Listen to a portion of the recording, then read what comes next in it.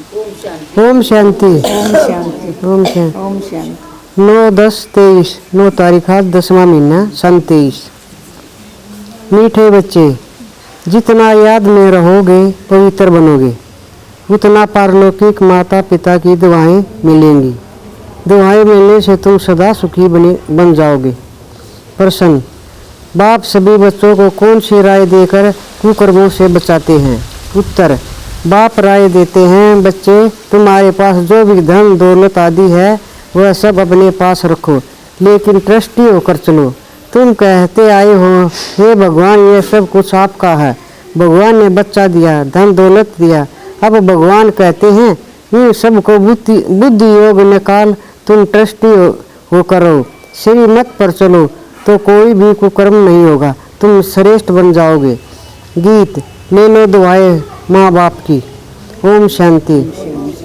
जो बच्चे कहते हैं हमारा मुख नहीं चलता, समझा नहीं सकते, उन्हें सेंटर की ब्राह्मणी कैसे सिखलाएं?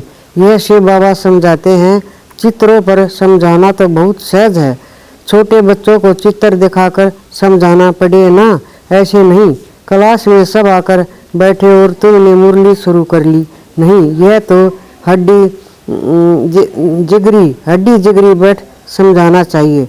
बच्चों ने गीत तो सुना, एक है पारलौकिक माता पिता, उसको याद करते रहते हैं। तुम माता पिता, वह है सृष्टि का रचयिता। माता पिता जरूर स्वर्ग ही रचेंगे। सतयुग में स्वर्गवासी बच्चे होते हैं, यहाँ के माता पिता खुद ही नरकवासी हैं, तो बच्चे भी नरकवासी ही पैदा करेंगे। गीत में कहा है, ले लो दुआएं माँ बाप की। तुम जानते हो इस समय के माँ बाप तो दुआएं नहीं देते, स्वर्गवासी दुआ करते हैं, जो दुआ फिर आधा कल्प चलती हैं, फिर आधा कल्प बाप श्रीमत हो जाते हैं। खुद भी पतित बनते तो बच्चों को भी बनाते, उसे आशीर्वाद तो नहीं कहेंगे। श्राप देते देते भारतवासी श्रापित हो गए। कितना दुख ही दुख है, इसलिए माता पिता को याद करते हैं। अभी वह माता पिता दुआएं कर रहे हैं, पढ़ाकर पतित से पावन बना रहे हैं। यह है आसुरी संप्रदाय। रावण राज्य है, वहाँ है देवी संप्रदाय। राम राज्य, रावण का जन्म भी भारत में है। शिव बाबा जिसको राम कहते हैं, उनका जन्म भी भारत में है। तुम जब वाम मार्ग में जाते हो तो भारत में रावण राज्य शुरू होता है, तो भारत को ही राम परम पिता परमात्मा आकर पतित से पावन बनाते हैं। रावण आते हैं तो मनुष्य पतित बनते हैं। गाते भी हैं राम गयो रावण गयो, जिसका बहु परिवार है। राम का परिवार तो बहुत छोटा है और सब धर्म खत्म हो जाते हैं, सबका विनाश हो जाता है। बाकी तुम देवी देवता रहोगे। तुम अभी तो ब्राह्मण बने हो, वही ट्रांसफर होंगे सतयुग में, तो अब तुमको माँ बाप की दुआएं मिल रही हैं। माँ बाप तुमको स्वर्ग का मालिक बनाते हैं, वहाँ तो सुख ही सुख है। इस समय कलयुग में दुख है, सभी धर्म दुखी हैं। अभी कलयुग के बाद फिर सतयुग होना है। कलयुग में कितने ढेर मनुष्य हैं, सतयुग में तो इतने मनुष्य नहीं होंगे जितने ब्राह्मण होंगे। वही फिर वह देवता बनेंगे, वह भी त्रेता तक वृद्धि को पाते रहेंगे। कहते हैं क्राइस्ट से 3000 वर्ष पहले सतयुग था। बिफोर क्राइस्ट और आफ्टर क्राइस्ट। सतयुग में तो एक ही धर्म है, एक ही राज्य है, वहाँ मनुष्य भी थोड़े होंगे,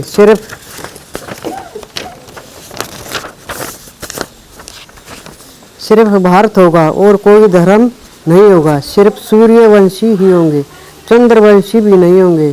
सूर्यवंशी को भगवान भगवती कह सकते हैं, क्योंकि ये संपूर्ण है।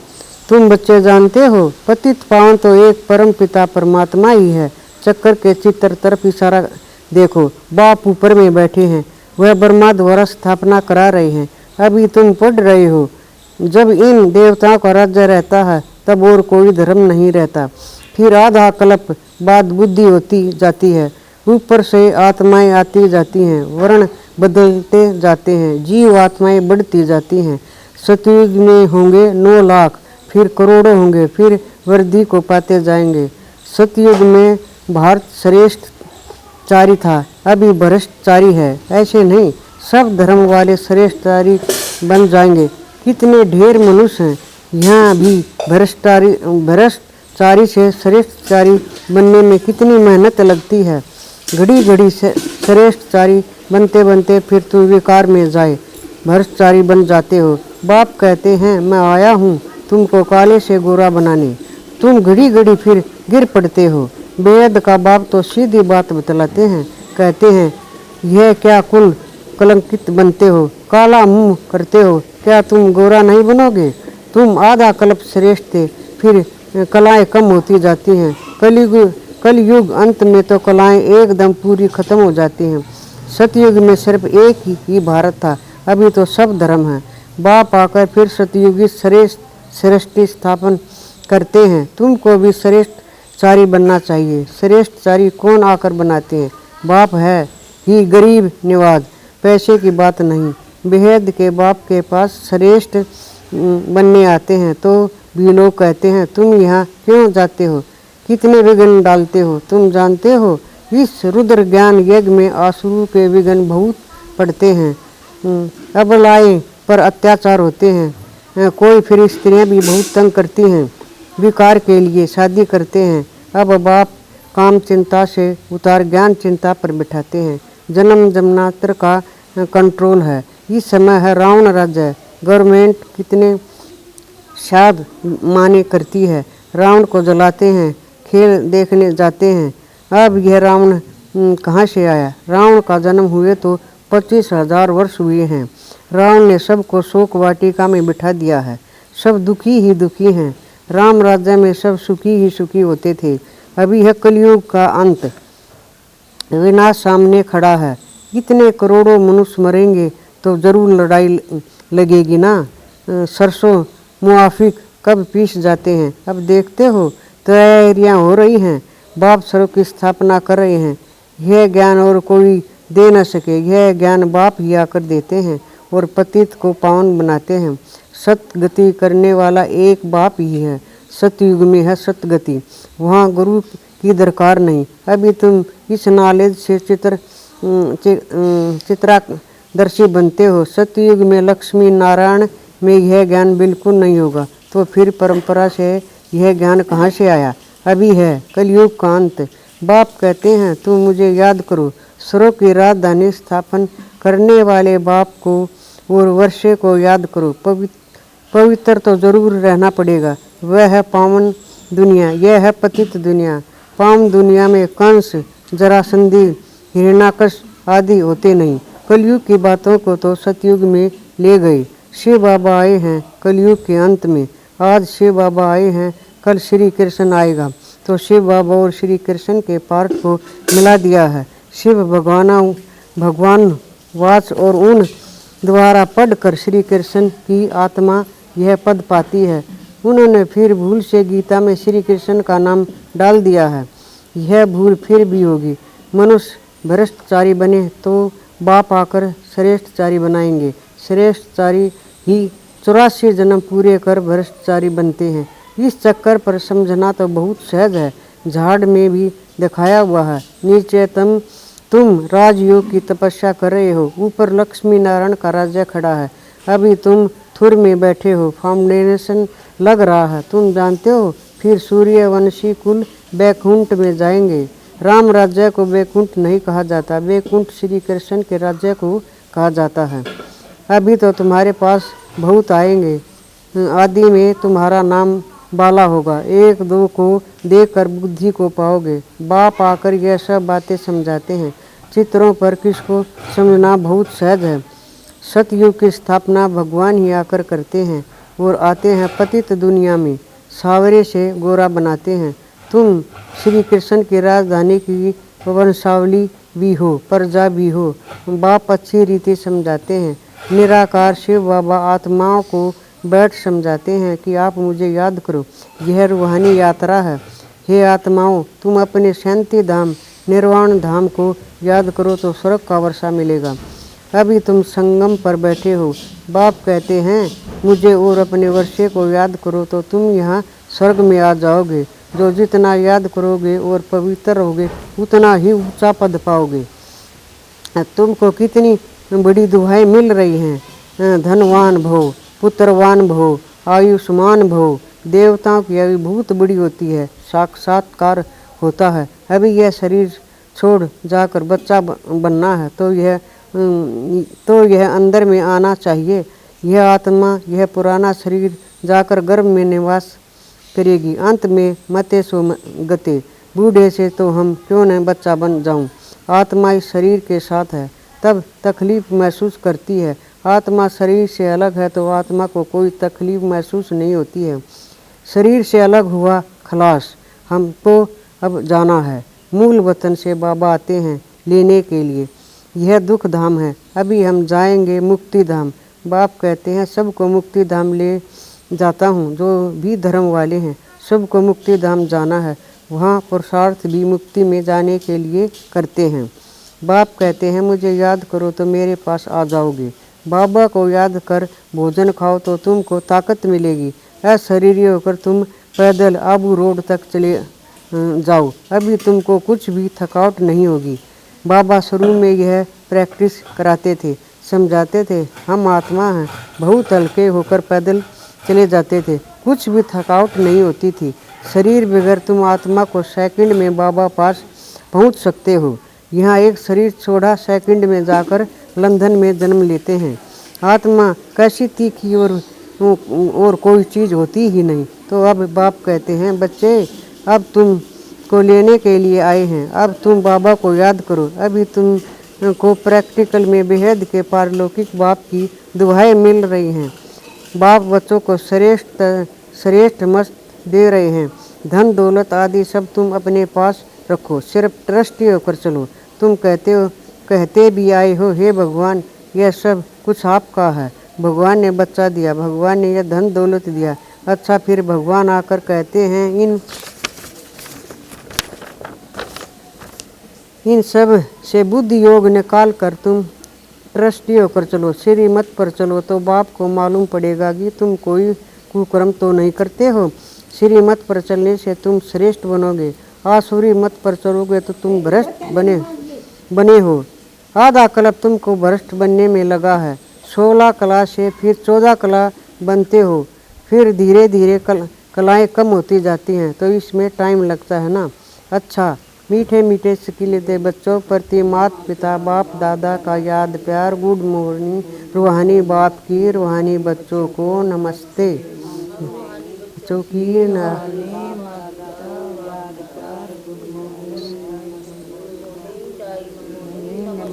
नमस्ते हम बाबा के बच्चे सदा रह सकते, हंसते और हंसाते, सुनते और सुनाते।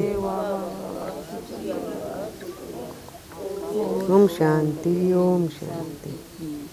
धारणा के लिए मुख्य सार। चलते फिरते अशरीरी बनने का अभ्यास करना है। चलते फिरते अशरीरी बनने का अभ्यास करना है। भोजन एक बाप की याद में ही खाना है। माता पिता की दुआएं लेनी है। ट्रस्टी होकर रहना है। कोई भी कुकर्म नहीं करना है। वरदान अनास्त बन लौकिक को संतुष्ट करते ही ईश्वरीय कमाई जमा करने वाले राजयुक्त भव। कई बच्चे लौकिक कार्य, लौकिक प्रवृत्ति, लौकिक संबंध संपूर्ण निभाते हुए अपनी विशाल बुद्धि से सबको संतुष्ट भी करते हैं और ईश्वरीय कमाई का राज जानते हुए विशेष हिस्सा भी निकाल लेते हैं। ऐसे एक नामी और एक नामी वाले अनावश्यक बच्चे हैं जो स्वर्ग खजाने, समय, शक्तियाँ और सतुल धन को लौकिक से एकानामी कर अलौकिक कार्य में लगाते हैं। ऐसे युक्ति युक्त राजयुक्त बच्चे ही महिमा के योग्य हैं। स्लोगन समृद्धि स्वरूप बनकर हर कर्म करने वाले ही प्रकाश स्तंभ लाइट हाउस बनते हैं। ओम शांति। मुझसे शक्तियों की किरणें चारों ओर फैल रही। मैं परम धाम में हूँ, मुक्ति अवस्था में हूँ। मैं ज्ञान सूर्य भगवान की समक्ष अपने दिव्य स्वरूप को देखती रही हूँ। मैं देवी हूँ, मैं देवता हूँ, मैं दिव्य व पवित्र गृह में हूँ। मैं स्वर्ग में हूँ, सोने के महलों में हूँ। मैं सिंहासन पर विराजमान हूँ। क्यों? सिंहासन पर नर विराजमान हूँ। मेरे सिर पर डबल ताज है। चारों ओर प्रकृति का सौंदर्य है।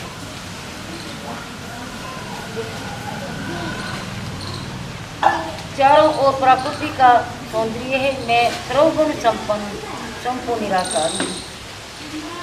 सामने पुष्पवान खड़े हैं। चारों ओर देव देवता भ्रमण कर रहे हैं। मैं अष्टभुजाधारी पूजा, मैं आसुर संगारनी हूँ, मैं पाप नाशनी हूँ, मैं जग उदारक हूँ, मैं मंदिर में हूँ। सामने हजार भक्त भिन्न भिन्न कामनाओं से युक्त खड़े हैं। मेरे मस्तक से प्रकाश निकलकर सभी पर पड़ रही है। सबकी मनोकामनाएं पूर्ण हो रही हैं। मैं विघ्न विनायक सिद्धि विनायक गणेश हूँ, बुद्धि बल दाता हूँ, रहम दिल हूँ, सबकी मनोकामनाएं पूर्ण करने वाला हूँ। ये मेरे इच्छा स्वरूप का साक्षात्कार कर रहे हैं, जय जयकार कर रहे हैं। सबके विघ्न नष्ट हो रहे हैं। मुझे स्वयं भगवान ने चुना। मेरे जैसा भाग्यवान कोई नहीं, क्योंकि मैं परमात्मा पालन में करने वाली आत्मा हूँ। मैं पूर्वज हूँ, मैं शक्तिशाली हूँ, मैं विजय रतन हूँ। वह कभी सोचा नहीं था भगवान मेरा हो जाएगा। कभी कल्पना भी नहीं की थी कि हम उसके इतने समीप आ जाएंगे। उसने मुझे वरदान दिए, उसने मुझे खजाने दिए। मैं आत्मा प्रकाश के चमकीले अरे क्या कर रहा है? मेरे अंग से प्रकाश फैल रहा है। मैं संपूर्ण युक्त हूँ, मुक्त हूँ, परम पवित्र हूँ, अनासक्त हूँ, उपराम हूँ। मैं एक सेकंड में कहीं भी आ जा सकती हूँ। मैं खरीदा हूँ, कमल आसन पर विराजमान हूँ। मेरे ऊपर से बाबा की सफ़ेद पवित्र किरणें मुझ पर पड़ी हैं।